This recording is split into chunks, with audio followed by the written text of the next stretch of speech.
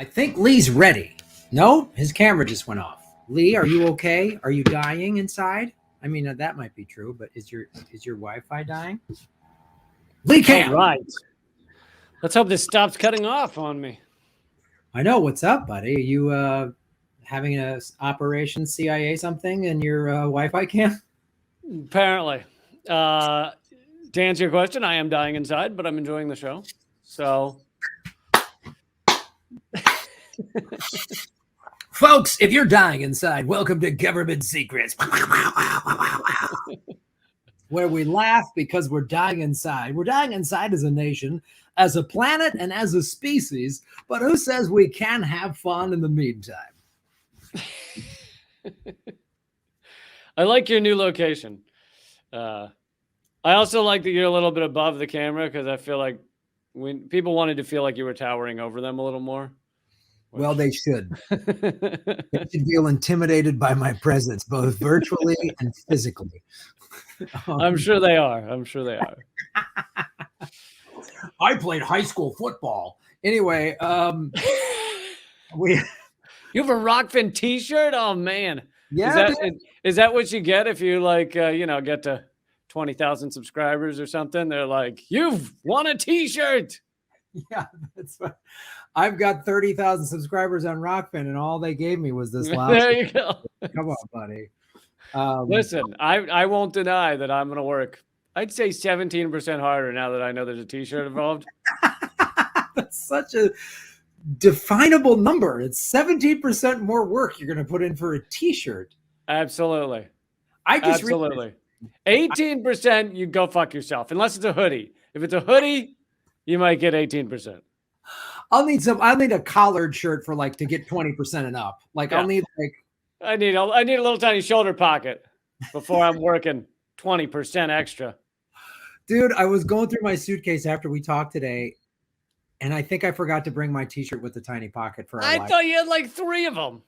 I only have the one. I'm gonna go to Ross and buy and find. I will find the shirt as my hand to God. Look up the Ross CEO. Tell him the situation. Tell him it's dire. If we could have a one pocket shirt choppered in, airlifted into. Tell him you have nowhere to keep your one condom that you always have with you. Where does that? Ironically, if you actually kept the one condom in that pocket, that's the moment that she decides you won't need it. when you reach in your tiny pocket, she's like, you know what? Never mind. That if that's not sexy, hey lady, are we getting along? Yeah. I keep one pocket. I always just like to keep one condom on my shoulder just in case, Well, for emergencies, but also it keeps the shoulder protected. So, yeah. I put it over my vaccine jab, just to. Dude, shoulder TDs, which I like to call STDs, are prevalent in our society. Shoulder TDs. Yes. You got to have the condom there. Yeah. Which is funny because then the Christian side hug is actually more dangerous than sex. So, oh God, people are dying from it. I think I just realized too that I have yet again misnumbered. I've said this is episode 54, which was last week. Oh, Jesus. Episode 55. This show.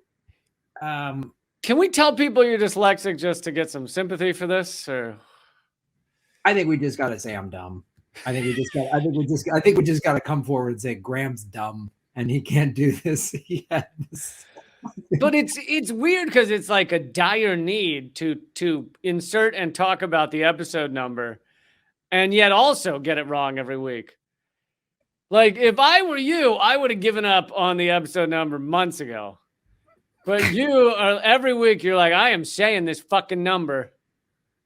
I know you even said, "Hey, Graham, maybe we just scrap the number and we just talk about the subject matter." And I'm like, no, Lee, we are doing this. As God is my witness, we are doing this, Lee. Listen, if you're not going to do something half right, then why do it at all? If you can't split your focus over way too many things to where you're always kind of late and kind of fucking everything up, then I don't know. I don't know what the purpose of your life is. It's how I do everything.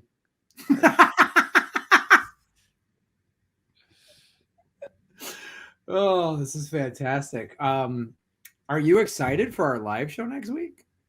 Oh man, I really am though. I think it'll be a fucking good time for those of you in or near Los Angeles. Hope you'll come and join us at the live Government Secrets, the first ever live Government Secrets, the first ever time Lee Camp at least is performing since the pandemic began. Are you for real? This is your first live show since the pandemic? Yeah, man. No way. I've had a lot of TV shows, but there's no audience. Unless you count the poor, boom mic guy who's just sick of me being like, that was funny, right? Please leave me alone. Can you just leave me alone? Yeah, Lee, I know the deep state. Got it. Haha. Can I get out of here, please? Wow, well, this is fantastic. This is I'm really excited. And you and I haven't seen each other in 2 years or something. Yep. When was the last time we saw each other? Yeah, the Ventura show in Ventura, in California. Well, perfect, buddy. I'm thoroughly excited. And just for the audience, Lee and I were discussing some special secret plans for the show, like a fun intro. And then Lee's got a government secret that he's not even going to tell me. So it's going to be a super double government secret. I mean, I don't, this is more testament. This is not, maybe we should make it a theme of the show that we don't know each other's secrets, but because it's really just a fact that we don't do any producing, that we haven't told each other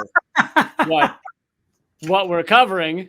So really every time it's exciting. I mean, you often are like, I covered Operation Mongoose, and I'm like, I've never heard of it. And you're like, here we go. So there's no pre-production meeting that happens. I think that's the beauty of this show. There's no pre-production meeting. There's like an email or two, like, hey, or a text, like, you want to go 6 o'clock? Yeah, sure. Okay, I'm going to cover this, I think. And I'm like, oh, cool. I'll find something by 6 o'clock. And then that's how we do the show. And this week was, well, it was easy to pick a subject. It wasn't easy to research the subject, but the small, easy time. Here's the thing. Last week, we covered something really dense and kind of scary about how the government and big oil basically work together to cause the disaster after Hurricane Katrina, flooding New Orleans. I mean, they didn't want that to happen, but they didn't mind that it happened, and they knew it was coming at some point. And this week, I figured, that was a rough one. It was a dark one. Let's go light. Let's go 9/11. Let's go 9/11. So, let's just take it a little easier this time. This will be fine. People don't have strong reactions either way to this subject, so it'll be fine. Right. We won't. It's great. If we could somehow weave in the vaccines into this, then we could really just have like a really light, mellow, easy week. It is 20 years since 9/11, which makes us all feel ancient. And well, do we want to do your thing? Do we want to do let's do the 9/11 one first, because then we'll have a kind of a palate cleanser with my CIA Operation Easy Chair. Yeah. We might need the palate cleanser. Right. 20 years. One. I don't have a microphone here to go into do the thing. Oh man. So this government secrets first segment 9/11. I think that was excellent. The visual was kind of disturbing, but I think the audio was weird. This is like that nobody needs to see. You know what I mean? On any level. This is like a Saw movie. It's pretty rough, but I think the fact that you just did that is a positive, because there's some certain cavities we need to tell you to get taken care of, but it's good we got to analyze that. So please watch this show for dentistry needs. So 20 years of 9/11 makes everybody feel fucking 900 years old. I don't know if maybe there's some people young enough they're like, I don't even remember it, but for the most part, it makes us all feel ancient. Also, just to make people feel better, it's just so you know, Home Alone came out closer to the Vietnam War than it did to today. So, just so you feel good about yourself. Is this the moment when Graham? We already hit the moment where Graham gets silent and disturbed. Well, I just have my hair cut, and no matter how short I cut my hair, I still have a lot of gray hair. And you thought shorter was going to make it darker? I don't know. You know what I mean? I was hoping. I got to get full hair plugs. I mean, that's the other thing. I hope crypto goes through the roof because I'm just going to buy full hair plugs. And since I've already sold out to Big Pharma, I'm sure they'll pay for it. Yeah, I earlier today we chatted, and I informed you that in order to sell out to Big Pharma, you had to get some money from Big Pharma. So I was like, oh, this isn't. You did the selling out wrong, Graham. You did it wrong. So let's get into some 9/11 here. Let's do it. I'm sure there are plenty of government secrets. There's plenty of disturbing stuff that we're going to get into. I'm sure I'm going to piss off some people because I don't actually, or at least let's just say I haven't seen any evidence that Bush was putting charges in the towers at like midnight the night before. Right. But there's a lot of disturbing shit that we're going to get into. And I mean, yeah, we got into some of it back. I believe it was episode 9. If people want to go back and listen to that one as well. Episode 9, we did the 28 pages that were revealed from the 9/11 report after, like, they revealed them after whatever, 17, 16 years after 9/11. Well, we number the episodes. It's a good thing we number the episodes. Well, you did much better back when we were in single digits. So... Well, we break 100. I'm gonna lose my shit. That's 3 numbers in a row. I won't. It'll be mayhem. Let's see. I'm trying to share this headline here. So part of this, I am going to mention that some of these sources are literally mainstream media, and the reason for that is I want people to see that this has even been admitted to by mainstream media. That doesn't mean everything I'm going to cover is mainstream media, but. So here's CNN talking about the 28 pages that alleges, let's say, I love that they use the word alleges in there. It reveals Saudi ties to what happened in 9/11.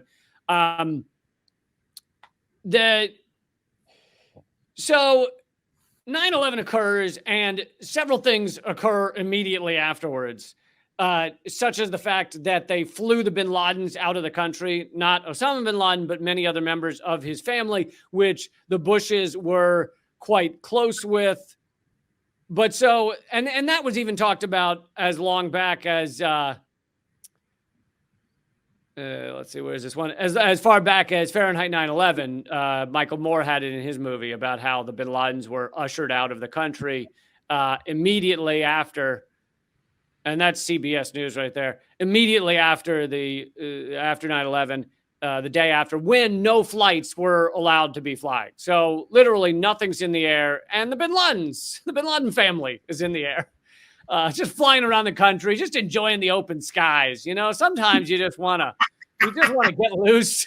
You know, you just like, you know, and I'm all about to seize the opportunity. So nobody's flying this. They literally. Planes are not allowed to fly unless they're military aircraft, but we can. So we should go do it. Take advantage of it.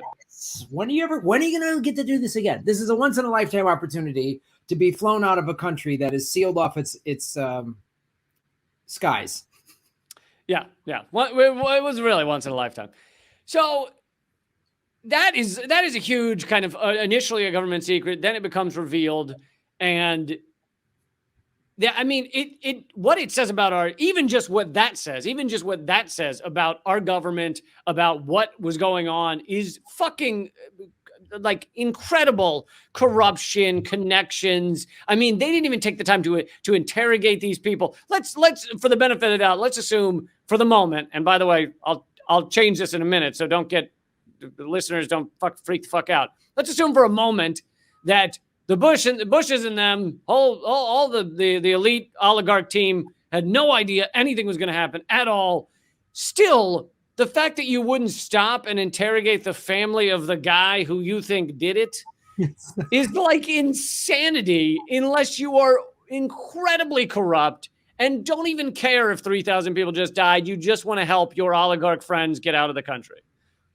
Yeah, it's really, they don't even brought into questioning. Now, I haven't done this in a while, but it's sort of like with regards to Epstein, how like all these people named, the Clintons, Prince Andrew, Trump, how come none of them have been questioned?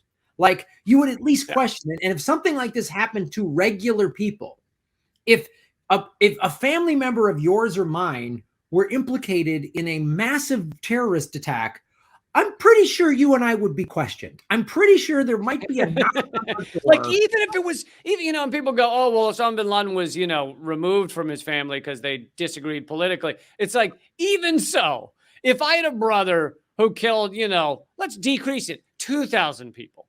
If my brother had killed 2,000 people, I feel like they would bring me in and be like, let's chat.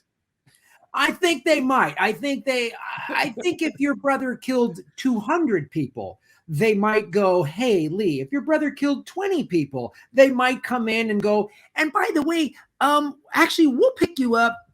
We're going to kind of just go through your laptop just to kind of see how that's, you know, we're going to go through your phone records. We're going to see if there was anything, even if they find you are 100% clueless, had no idea what your brother was doing, they're still going to go, did your brother send you something? Did he email you? And you were like, oh, whatever, it's not some crazy pyramid scheme for my brother again. And you're like, oh, no, this was his plans to blow this thing up and kill all these people. They would be asking all of these questions to anyone.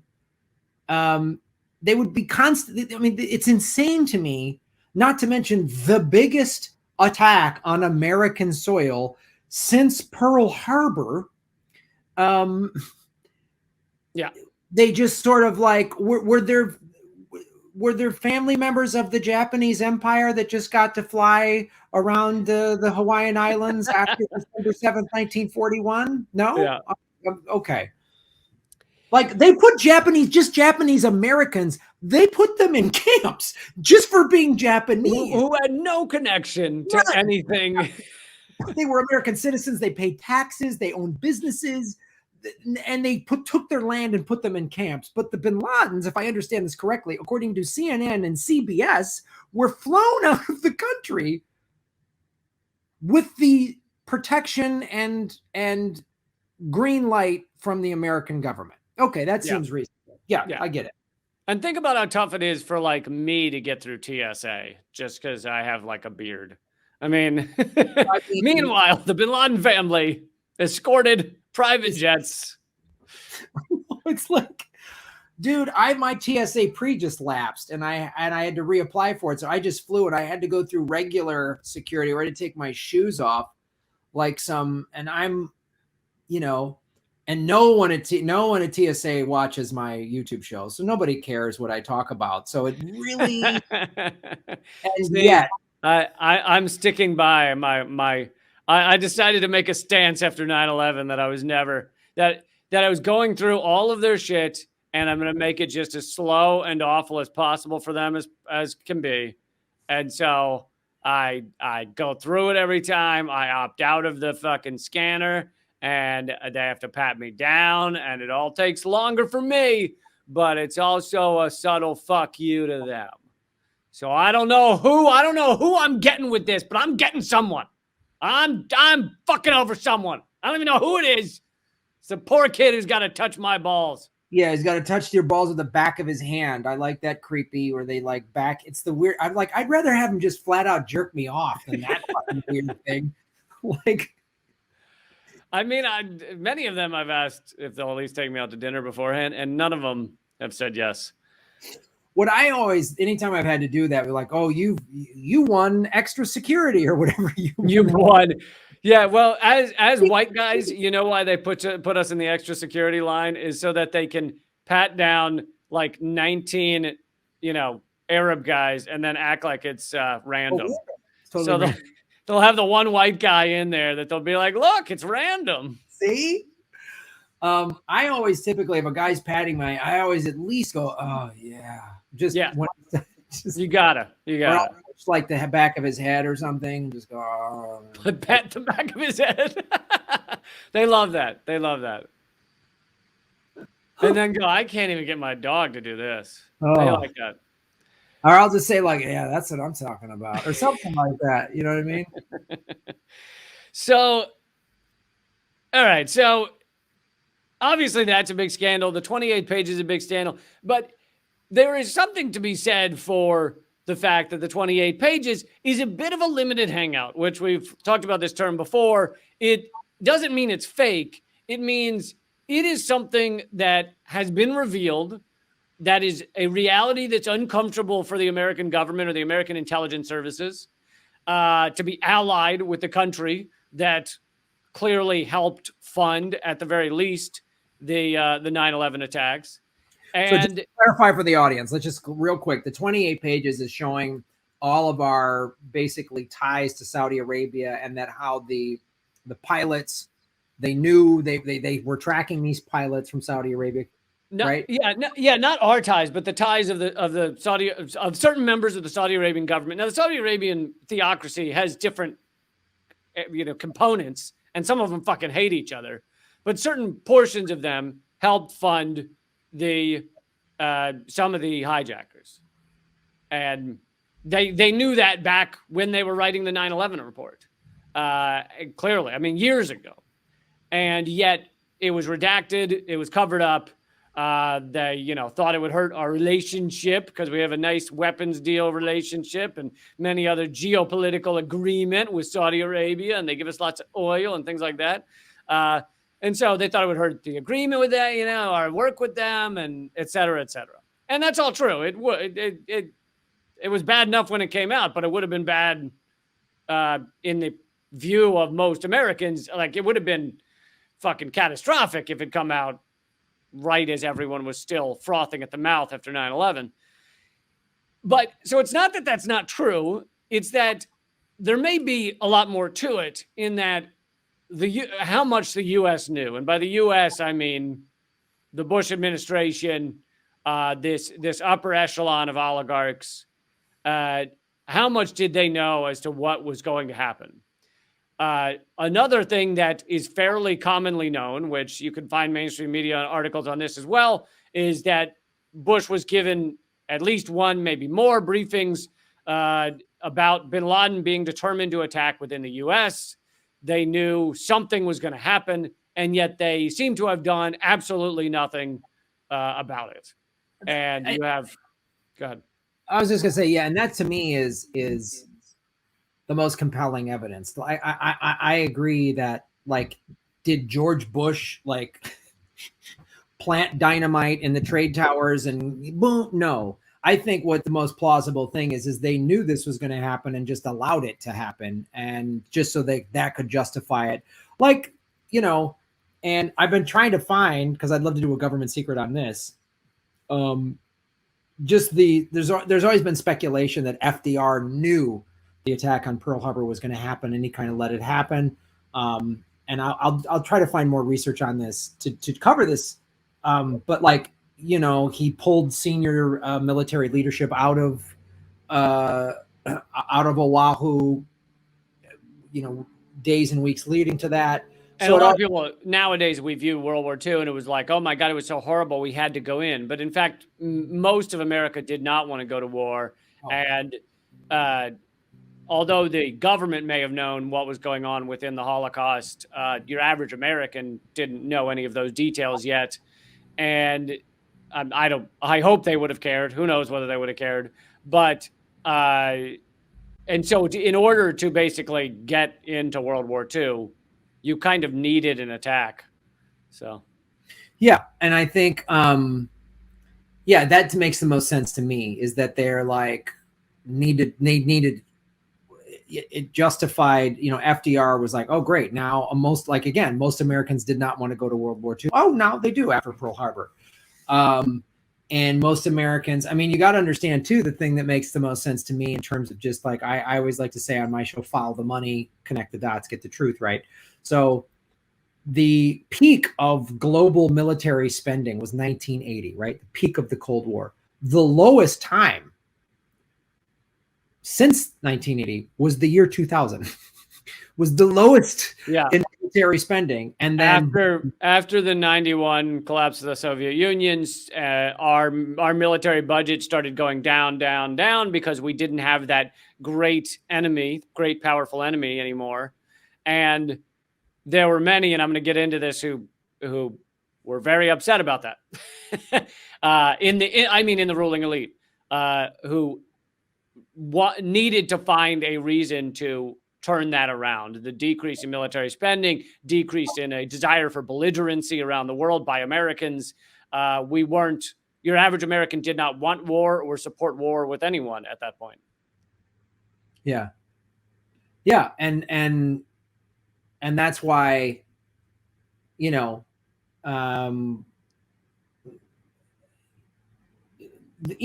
me, like, if you can prove that they, whatever, the saying like, well, there's no way a building would collapse that way. We've talked to these engineers. I don't know. Have they done simulations on airplanes going into the trade towers for 20, 30 years? I just, that to me, maybe not. It's hard to say, but what is certain is they knew these attacks were coming and allowed them to happen. And then when that did happen, the facts are there's evidence to show they knew they were happening. They got all these intelligence briefings, and the facts are they flew the bin Laden family out after 9/11. And then we have been in a 20-year global war on terror that has cost anywhere from $5 to $10 trillion, maybe more, because so much of the military budget gets hidden. Those facts are all there. I mean, and that to me is enough to go, they at least knew. And I'm going to flesh out some of this real quick, and we're going to get to Building 7 in a minute. But so, like you're talking about, there was a group of neocons that very much were talking about how do we go back to the level of belligerence, level of war, level of military spending that we had.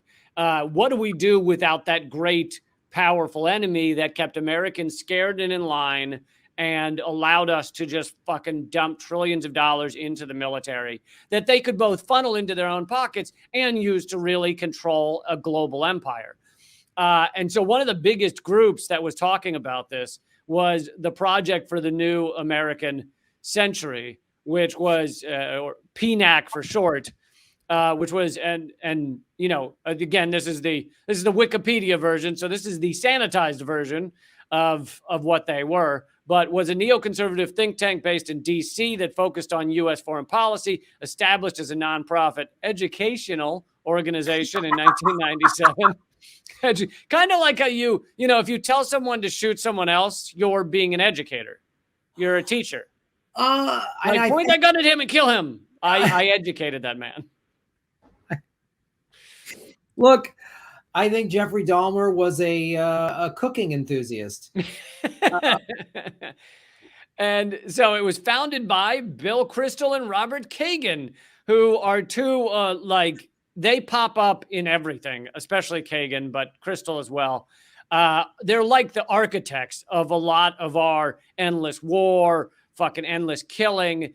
And Kristol, this shows you how the mainstream media has shifted or headed. Bill Kristol is now a paid contributor for MSNBC. So Bill Kristol and Kagan are these neocons in the Project for a New American Century, but it gets even better. Their goal was to promote American global leadership, and they wanted to build support for a Reaganite policy of military strength and, quote, moral clarity. That's called immoral clarity. But get this, of the 25 people who signed PNAC's founding statement of principles, 10 went on to serve in the administration of George W. Bush, including Dick Cheney, Rumsfeld, and Paul Wolfowitz. Lee, I think that's just a wacky coincidence. I think these guys in PNAC are just like good, young, upstart Christian American patriots who just learned some good, valuable work skills, and they probably all had really good LinkedIn pages. What I heard you just say is fucking killers. Is that what you said? That's what I heard. Yes, I actually did give you the sanitized version of. You gave me the Wikipedia version. I gave you the Wikipedia version of. Oh, this group is full of a bunch of bloodthirsty psychos. Yeah. That would skull fuck a puppy if it turned to profit. Yep. The initial name for PNAC was skull fuck a puppy. And they changed it at the last minute. Like press releases were already printed. They had like the vinyl backdrops made, and they changed it. That was actually the name of my Cub Scout troop. Was Skull Fucking Puppy. That actually explains so much about you, Graham. No, as I've said before, it's taking me to Dachau when I was 5. That's really when that's and growing up in an alcoholic household. But taking me to Dachau when I was 5, that explains it. That was not my doing, and this is why. But again, Nessie for mayor. Anyway, go ahead. Nessie for mayor. PNAC played a key role in shaping the foreign policy of the Bush administration. You think Dick Cheney? He fucking ran the Bush administration, you cunts. So, particularly in building support for the Iraq War. I mean, is there a better way to say in manufacturing American consent to obliterate the people of Iraq? So anyway, yeah, so that's the sanitized version of what PNAC is, but at least people know what it is now. But they were quoted, or their early papers were quoted in saying, along with Zbigniew Brzezinski, who played a big role in a lot of the global theory and things like that these people were following. And should be noted, a member of Carter's cabinet. Yep. So I know us lefties like to say Carter was like the one lone outlier president. He did some okay things, but he still had Zbigniew Brzezinski in his cabinet, who really pushed to get us kind of to, I don't know how you phrase it, but was totally okay with the Soviet Union invading Afghanistan. So we, you know what I mean? Like, oh, he wanted to make it their Vietnam. Yeah. Yeah. Yeah. And I mean, here's the thing is like these insane ideas, like let's invade Iraq and kill 1 million people. Let's invade Afghanistan and be there for basically ever in order to suck trillions of dollars, out of America and put it into the pockets of the elite and things like that. Like, there do need to be intellectual architects to these like fucking master villainy. Like someone's got to sit down and jot this shit down. And that is Brzezinski. It is the people at the Project for a New American Century. It's Bill Kristol. It's Robert Kagan. And also should be noted, Brzezinski, the father of Mika Brzezinski, who again hosts an MSNBC show, Morning Joe. So, yeah, the people who basically laid out the plan for America to become a global empire that kills millions of people and it steals trillions of dollars in a much larger way than was being done in the early 90s, and even much of the Reagan administration. Those people now they work at MSNBC. So anyway. Some of their documents that for these various plans, they say in order to get the stuff done that they want to get done, we need a Pearl Harbor type event. And they say this stuff cannot really be done without a Pearl Harbor type event. And so you take that and you line it up with why would these people want to know that some sort of terrorist attack is going to take place and be willing to look the other way. Now that all adds up. It makes a lot of sense. The attack was obviously used to invade multiple countries, and much of that went into play immediately after 9/11.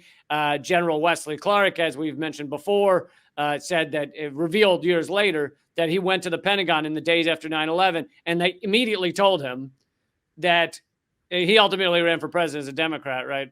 But they immediately told him that they were going to invade 7 countries in 5 years.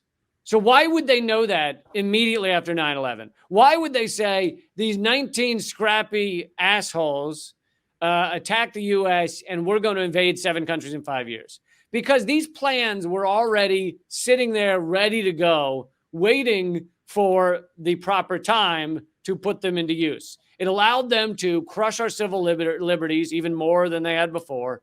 It allowed them to kill people indiscriminately around the world. It allowed them to lock people up like Guantanamo Bay without a trial or charges. All of this, invasion of privacy, wiretaps. So, I mean, now they just search all of our phone data. All of this was allowed and manufactured the consent for via 9/11. But that doesn't mean they brought down the towers. It can very much mean that they were, and we now know, watching these ultimately terrorists at flight schools. They knew they were in the U.S. And again, to show you how much even the mainstream media has revealed, the CIA didn't share info about 9/11 hijackers. Now, what they're talking about is the CIA were the ones that really knew that these, high-level Al-Qaeda members were in the U.S. At least a few of them were being monitored at flight schools. Some of them had even had contact with, or one I think had lived with, an FBI informant. And so they knew a lot of what was going on. And the CIA, and this is kind of even more key because what this article says and what you could take away from it is, well, the CIA is inept. They knew there were Al-Qaeda members in the U.S. They failed to follow them correctly. They failed to know what was happening. That's what this article, I think, tries to say, or basically tries to say. But the reality of it is that the CIA actively stopped the FBI from finding out about these things, like went out of their way to make sure the FBI didn't know. And that speaks to the fact that the CIA was probably in line with these plans to allow something to happen. Whereas the FBI, working largely separately, was not in the loop about let's let these things happen. Which, after 55 episodes of this show, I'm really perplexed that the CIA would be in the middle of tangling this up and keeping people in the dark and being held accountable by no one. I just flee every episode. This is I can't imagine. It's almost like JFK, who we know now, thanks to Google, was killed by a mysterious bullet by Lee Harvey Oswald. It's almost like he was saying crazy stuff when we should have scattered the CIA into 1,000 pieces and scattered it into the dust. It's like... Yeah, and it's almost like Truman, who signed the CIA into a creation, wrote a Washington Post op-ed saying they'd gone rogue and that they were very dangerous. This is the Truman that the Democratic Party muscled in over Henry Wallace in the 1940 Democratic Convention. Was that, I don't know what the year was, but otherwise correct. Yes, that's right. And by the way, there had also been a previous terrorist attack on the towers, right, in 1993. So it wasn't like they didn't know the towers were a target either. And there wasn't probably a bunch of like studies and possible threats, how they could attack again or anything like that. I'm sure they just went, well, they tried. They're not going to try again. So a couple more quick things and then we'll wrap up this topic. Although, many are going to be like, why didn't you talk about such and such? It's like, dude, we could spend 18 hours talking about 9/11. So I'm trying to shrink it down to a few key points. In terms of Flight 93, in my view, there is plenty upon plenty of evidence that it's pretty clear that they shot it the fuck out of the sky. Which also supports the view that they knew something was going to happen, but they didn't know exactly what. And so after the first 2 flights at the towers, and then this flight was headed towards DC, they were like, But anyway, I want to read you some So this is from an article in The Independent, which is a pretty mainstream. They do some great content sometimes, but they're a fairly mainstream outlet. But they're willing to go places that most of the corporate media is not. Kind of like The Guardian used to be until The Guardian was captured after WikiLeaks was attacked.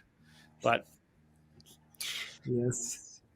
So this is quotes from their article. For Flight 93, the wide displacement of the plane's debris, in order to one explanation for that would be an explosion of some sort prior to the crash. Letters from Flight 93, because it was carrying 7,500 pounds of mail, letters and other papers from the plane were found 8 miles away from the scene of the crash. A section of one engine weighing 1 ton was found 2,000 yards away from the rest of the plane, which is consistent with an impact. So the rest of the plane, which is consistent with an impact occurring at 500 miles per hour, disintegrated into pieces no bigger than 2 inches long. Meaning, most of the plane disintegrated into tiny, tiny fragments, which is what happens when you hit at 500 miles an hour. But a entire engine basically was found 2,000 yards away because it was likely. Well, I mean, I think let's not get too crazy here. I think it's pretty obvious that the engine was just trying to do its job of deliver the mail on time, and so that's Listen, that engine was diehard. It was like, I don't care if the plane's going down. These letters are getting to these people through rain or sleet or snow or terrorist attack or government blowing up its own airlines. I mean, through dark of night, whatever, we're going to deliver the mail on time. Grandma Nana's postcard is going to get to those kids. If it's the last thing I do.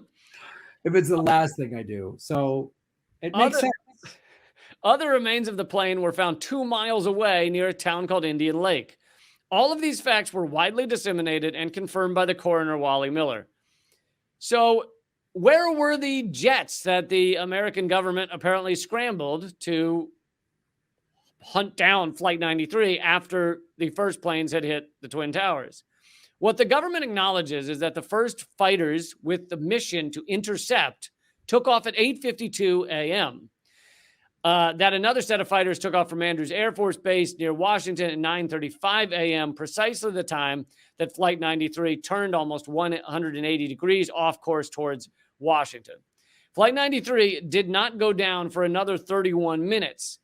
Apart from the logical conclusion that at least one Air Force F-16, 120 miles away in Washington at 9:40 a.m., meaning 10 minutes away from Flight 93, or less if it went into supersonic speed, should have reached it well before 10:06 when it crashed. There is this evidence from a federal flight controller published a few days later in a newspaper in New Hampshire that an F-16 had been in hot pursuit of the hijacked United jet and, quote, must have seen the whole thing. Meaning you had a jet on its tail and that the U.S. government has not acknowledged was there. Also, there was one brief report on CBS television before the crash that 2 F-16 fighters were tailing Flight 93. Vice President Dick Cheney acknowledged 5 days later that President Bush had authorized the Air Force pilots to shoot down the hijacked commercial aircraft. So, and then that also was covered in Politico, a Politico article covered, and many other outlets have covered that Dick Cheney said it had been authorized to shoot down the flight. But Cheney said, though, make sure you shoot it in the back of the head and then get the plane.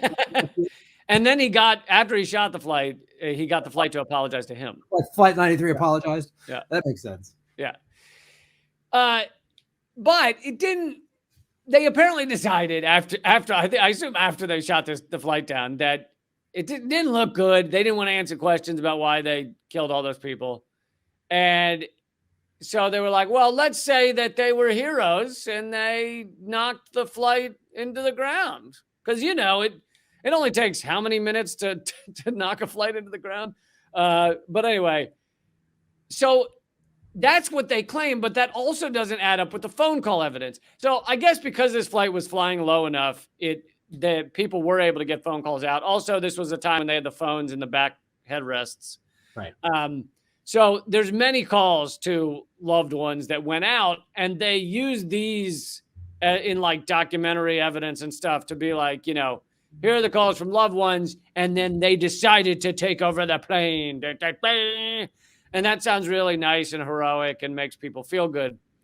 But one telephone call from the doomed plane is not included in these movies and TV shows and documentaries about Flight 93 or in the U.S. media for the most part, except for the Associated Press, which covered it soon after 9/11. They reported on 9/11, sorry, that 8 minutes before the crash, a frantic male passenger called a 911 emergency number. He told the operator, named Glenn Kramer, that he had locked himself inside one of the plane's bathrooms. Kramer told the AP in a report that was widely broadcast on 9/11, because this is like before the talking points get handed out, so they're kind of reporting everything they get. Kramer told the AP that the passenger had spoken for 1 minute and said, quote, "We're being hijacked, we're being hijacked." The man screamed into the mobile phone. He confirmed that several times, and we asked him to repeat what he said. He was very distraught. He said he believed the plane was going down. He did hear some sort of an explosion and saw white smoke coming from the plane, but he didn't know where, and then we lost contact with him. And according to the information that's been made known, this is the last of various phone calls made from the plane. No more calls were received from the plane in the 8 minutes that remained after the man in the bathroom said that he heard an explosion. Now, you see how this adds up. If they have several phone calls from people on that plane, yet they all stop 8 minutes before the crash. Why would they all stop 8 minutes before the crash? One is they got hit with a fucking missile or whatever it is that is used to shoot down a plane. And therefore, the plane depressurizes. They lose oxygen. A lot of them probably either pass out or put on their masks, or it fills with smoke and they fucking can't breathe, and etc. But that would explain why all the calls would end at 8 minutes. It would also explain why a guy who had just heard an explosion then says that on the phone and then they lose contact with him. Yeah, I mean, yeah, it also it all adds up. It also could be that the missile hit. I mean, they know how to target I would assume how to target to where the plane got hit and the communications are knocked out, or maybe, but it would explain why it got hit where the electricity on the plane, got knocked, whatever. Not that they surgically tried to take out the communications, but if the plane got hit, then all the electricity in the plane goes out. I mean, I would imagine at that speed, they're probably either shooting for the mass, or it's heat seeking and it shot the engine off, which right would explain why you'd have an engine is the only large piece that survived the crash. But so last quick thing, neither the FBI nor anyone else in authority has explained the reported 911 phone call from the bathroom, even though it appears to be the last of the phone calls made from the plane, and even though it conveys the far from insignificant fact that there was an explosion. The FBI has confiscated the tape of the conversation, even though all the other phone calls are like heralded as like, look, listen to this. It's, this is the amazing heroes and how traumatic it was. That phone call was confiscated. And the operator, Glenn Kramer, has received orders not to speak to the media anymore. What do you think those orders looked like? Do you think they were friendly? Do you think they were like, we would just love it if you just like stopped talking? I bet you there was like cookies with the orders. They made cookies. Hey, Glenn, can you eat some more cookies and not talk about all this crazy plain stuff? And he would like, sure thing. These are delicious. I'm sure it went something along those lines. Yeah, I mean, and they gave him a pet horse head in his bed. Like just a bunch of lovely gifts. A pet horse head. He found his dog in his fireplace, and just a bunch of little interesting gifts. Yeah, his cat was nailed to the wall or something like that with a stop talking, and he went, "Oh, this is cute," or whatever, or just an envelope with his kids playing. Yeah, just a photo taken from a bush next to his kids playing. Yeah, just saying, "Hey, stop talking," and he was like, "Okay, goodbye, me." Or they just gave him a list of all the people, the eyewitnesses from the JFK thing that all just disappeared. And they just sent him that list of just like all the people were like, "No, we saw Lee Harvey out. That didn't, none of that adds up." And then all those people had weird health issues. Yep. Just a list of people who disappeared after the JFK assassination. Yeah. Anyway, so that's Flight 93. And you can get that article. It's called Unanswered Questions, The Mystery of Flight 93 in The Independent. So one more quick bit about Building 7. And look, I would love to have certitude on all of these issues, every issue we ever bring up. But believe it or not, I won't speak for you, Graham, but I am human. And some things I don't fucking know. So I don't fucking know what the fuck happened to Building 7, but I do know that there was a large, let's see, here you go. University of Alaska Fairbanks did a structural reevaluation of the collapse of World Trade Center 7. And this is not a quick thing. It's a university study. It was done over 4 years. They worked on it from 2015 to 2019. And actually, I'll go ahead and play the video of World Trade Center 7 collapsing. I realize that for the audience, the radio audience, this won't make any sense, but the radio audience, just picture it in your head. This is what it would feel like if you were actually viewing this. And if you're listening, all right. If you're listening on your Philco radio and to all the ships at sea.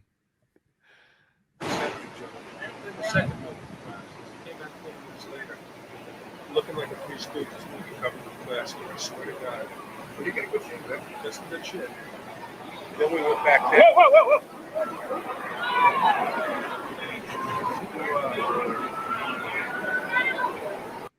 But that is a 47-floor building collapsing pretty instantaneously,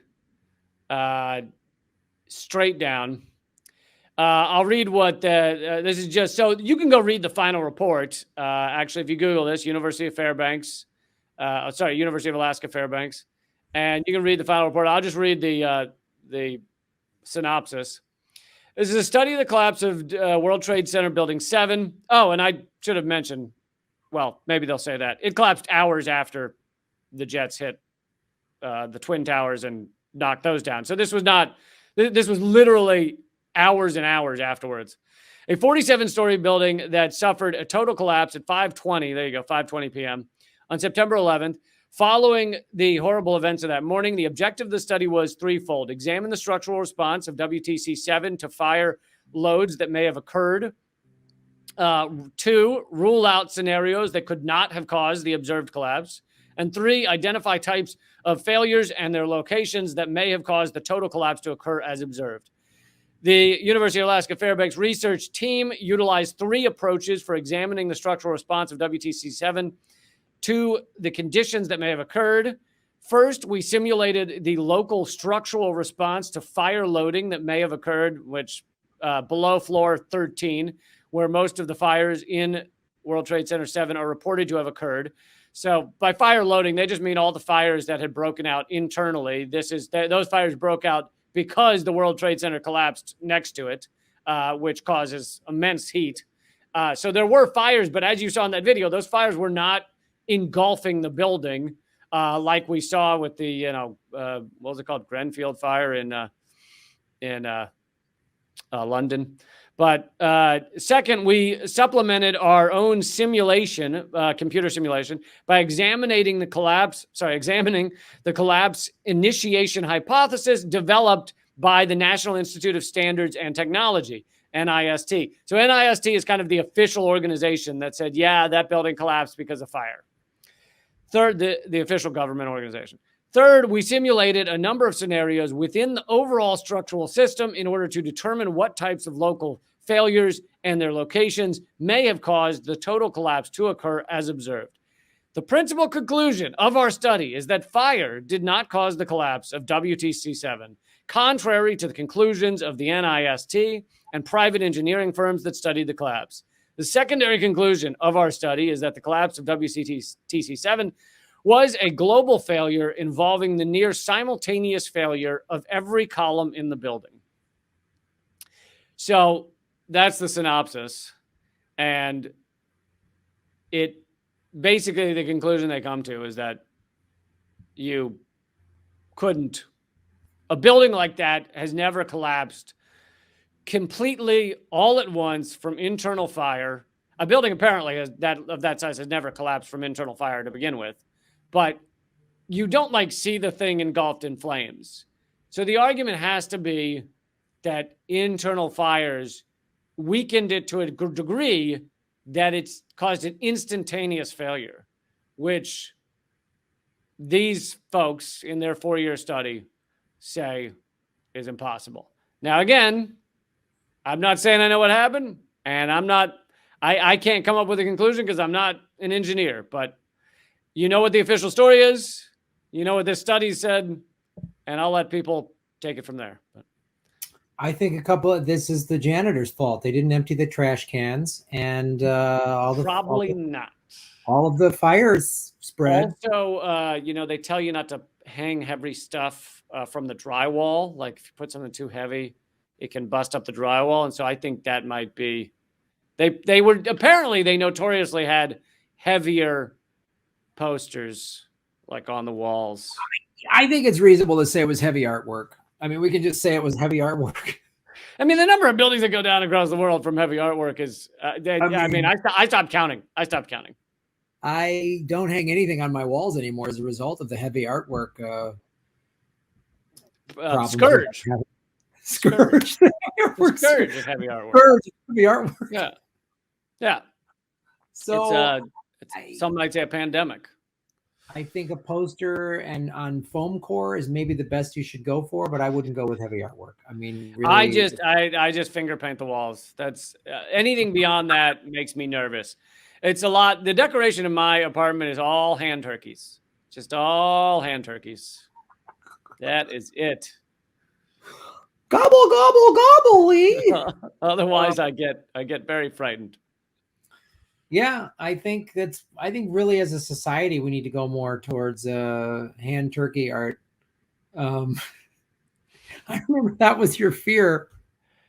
We absolutely should go more towards hand turkey art. I mean, think about it. If the PNAC guys, if the Project for the New American Century had focused their passion towards hand turkeys instead of towards killing and massacres and exploiting and stripping away all of the rights of American citizens and enriching themselves and enriching their fellow oligarchs and crushing other countries and sending us off an ecological cliff, we'd be much better off. Yeah, I mean, that's what my Green New Deal would consist of if I was president, is basically just turkey hand art. I mean, that's turkey hand art for the war criminals. I would like to lock up all of these evil oligarchs and these PNAC psychos and just make them have to do turkey hand art. That's what I'm saying. That's what I'm saying, man. Is But, that too much to ask? You know, I feel like they say protesters don't have clear demands. That's a clear demand, and I don't think it's that much to ask. that is the clearest of demands. Yeah. I'm going to run on turkey hand art for my next campaign, since I'm clearly running for so many people. Oh, God. All right. Do we have time to do mine, or do you got to get back to your turkey hand art class? I have like 15 more minutes. Is that enough? Sure. I can bang out an operation. I can bang out. I know CIA operations like the back of my hand. See how I brought it back to hand art? See how I did that?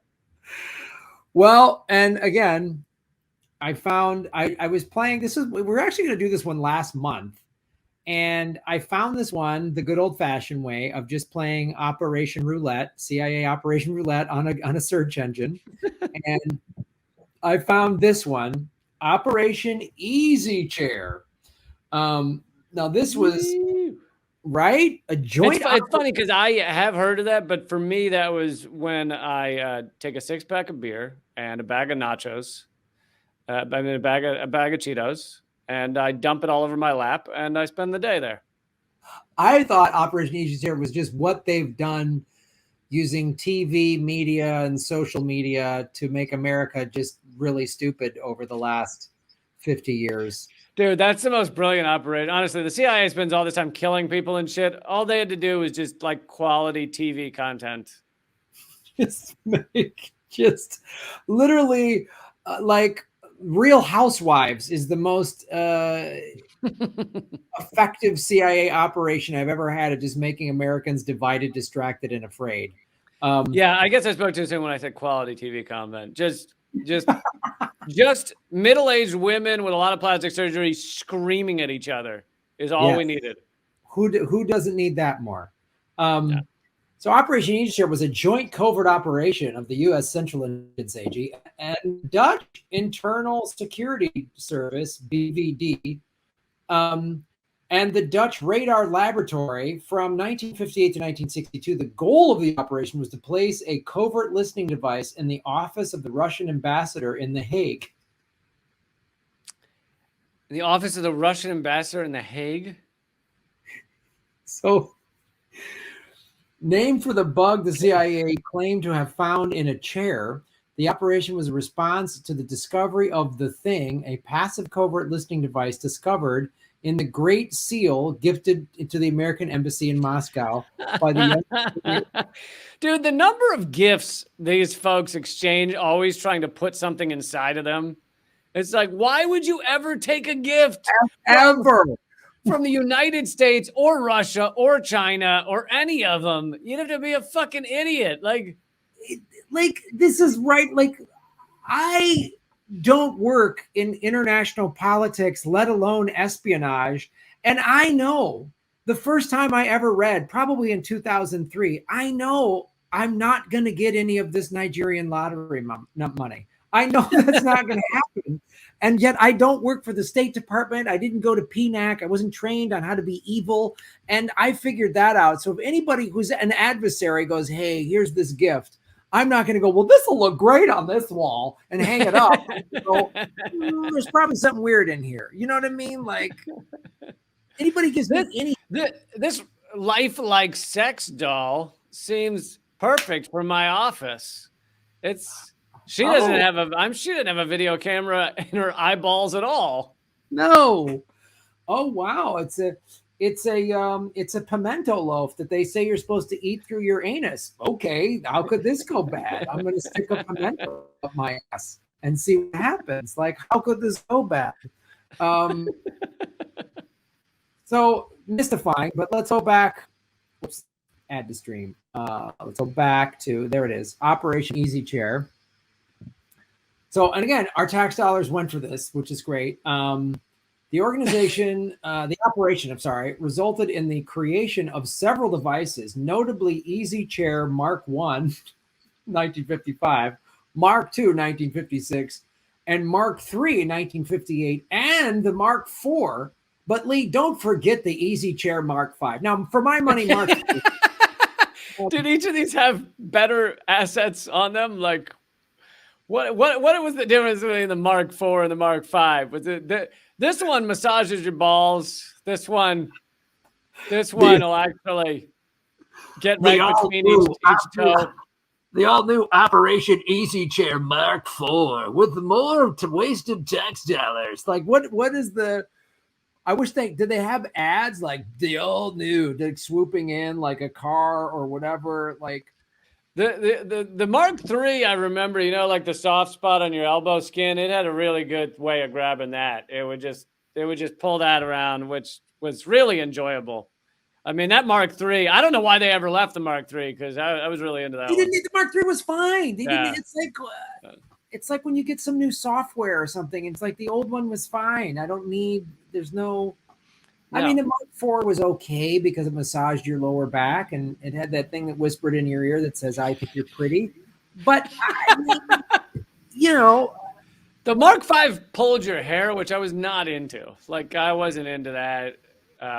Or it would if you push a button, it would give you free Jello pudding, but it would spray it all over you, which was not enjoyable, really.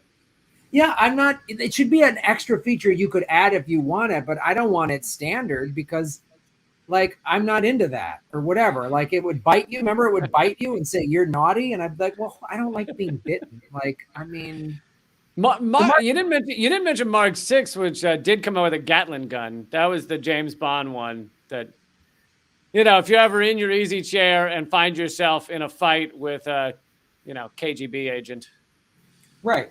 You definitely want a Gatling gun. You want outdated war technology. You want a musket that fires on command. Wouldn't it be great if there was a push button musket? So you had the electric trigger, but it just shoved a musket in someone's face. Yes. Why didn't they do this in the Mark VII? I don't get it. More great use of taxpayer dollars. Although initially they could not get the resonant cavity microphone to work reliably, several products involving passive elements were developed for the CIA as a result of the research. Oh, good. At least they got something good out of it. In 1965, the NRP finally got a reliable working pushed cavity resonator. I don't know what that means, but it sounds great. By that time, the CIA was no longer... The DZ chair had been missing that for a long time. Dude, I don't even talk about furniture without a pushed cabinet resonator. What was it? Look, you're gonna. I mean, back then it was an option, but now, I mean, I don't know how you can get away with selling any sort of loungewear that doesn't have a push cavity resonator. Wait, push cavity? Yes, pushed cavity. That sounds very uncomfortable. If it's pushing into your cavities, you got to pay extra for that at most places. This is like the early version of a colonoscopy. I think is what it was. It's just the push cavity resonator. So they tried offering that gift to Putin once. They were like, "How about as a gift from us to you, a free colonoscopy?" And he was like, "I don't know. I think I'm good. I think I'm good." You know what? I just got 3 yesterday. I'm good. I'm totally good. I have my own push cavity resonator. And I just when someone pushes in my cavity, it really resonates with me. So you're so resonating my cavity right now. I really nothing gets me hotter than a woman saying I'm resonating in her cavity. You know what I mean? It's just No, they are. A lot of women are into that. Yeah. Which actually, this is just another name for like dick or dildo as a pushed cavity resonator. So, yep. Yes, it is. Well, the reason they got rid of the push cavity resonator devices was because of the high levels of RF energy involved. So that's the same reason that my ex-girlfriend got rid of me. So to go through, and they have here, if you see, look, Easy Chair 1 had a passive element. Who knows what that means? The Easy Chair 2, again, United States tax dollars went for this. Added a two-way communication. Hold on. Can I just say, I feel like this was in the CIA. There was a guy, and they kept, at the meetings, they kept being like, "What are you working on, Dan?" And he's like, "So I have this chair that pushes into your cavity, and it really just like resonates, like vibrates. And I'm still working on it. Dan, we don't need a chair that fucks a guy. We don't need that. No, listen, I just need to work on it a little more. Dan, you've been working on it for 3 years. I'm getting really close. And the howls we hear coming from that office are disturbing, Dan.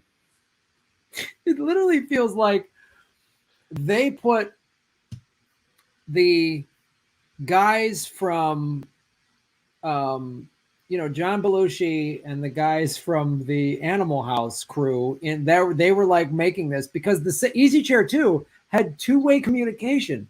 So what do you need? You need this guy's ass to communicate to you when he's sitting in the chair? Like, what is the two-way communication? I thought it was a bugging device. Well, you could find out what the Russian ambassador was eating. Just what? How is this? So the communicate, like in the middle of them, like talking about Russian secrets, the chair goes, "I don't know, Sergey. Maybe that's not a great idea." Like, what are you?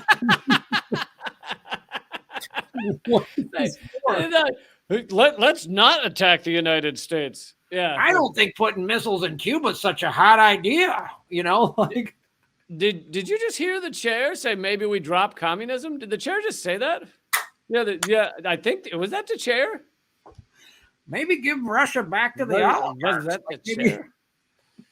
Chair. So. Well, and then Easy Chair 3. I do not like when my chairs speak to me. Not at all. Well, the third one, they had an extended range. Okay.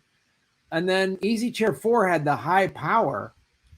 And then everything you've said could also go for a sex swing.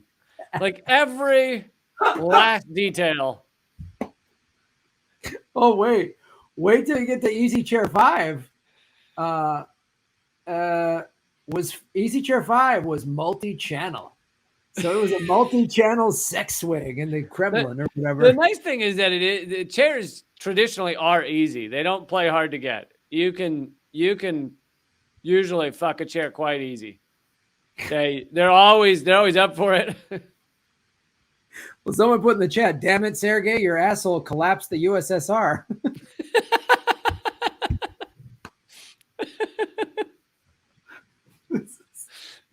Oh God! Every time we think the government hasn't wasted money on something dumber, we find out there were 5. Count them, 5 variations of this government sex swing that we put in the fucking Russian embassy in the